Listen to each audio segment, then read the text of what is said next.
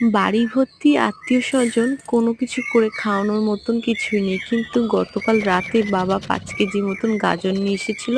ভাবলাম এটা দিয়েই মিষ্টি কিছু বানিয়ে নিই। গাজরটা আমি গ্রেট করে নিয়েছি আর কিছু আতপ চাল ভিজিয়ে দিয়েছি। তারপর সয়াবিন তেলের মধ্যে গোটা এখানে গরম মসলা দিয়েছি। তারপরে কুচি করা এই যে গাজরটা সামান্য একটু লবণ দিয়ে ভালোভাবে নাড়িয়ে চাড়িয়ে নিয়েছি। হাই ফ্লেমে ভাজতে হবে গাজরগুলো। তারপর এর মধ্যে আমরা অল্প অল্প করে এর মধ্যে একটু দুধ দিয়ে দেবো, গরুর কাঁচা দুধ।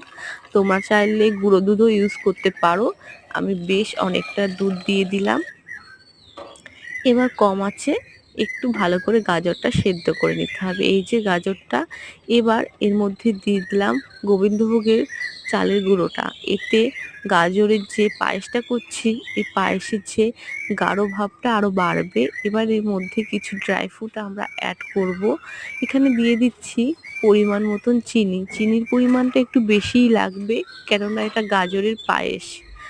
এই দেখো কি সুন্দর গাঢ় হয়ে এসেছে। এখানে পেস্তা, কাজু, কিশমিশ আমি অ্যাড করছি। তোমরা তোমাদের পছন্দ মতন ড্রাই ফ্রুট অ্যাড করে নেবে। বেশ সুন্দর ঘ্রাণ ছাড়ছে।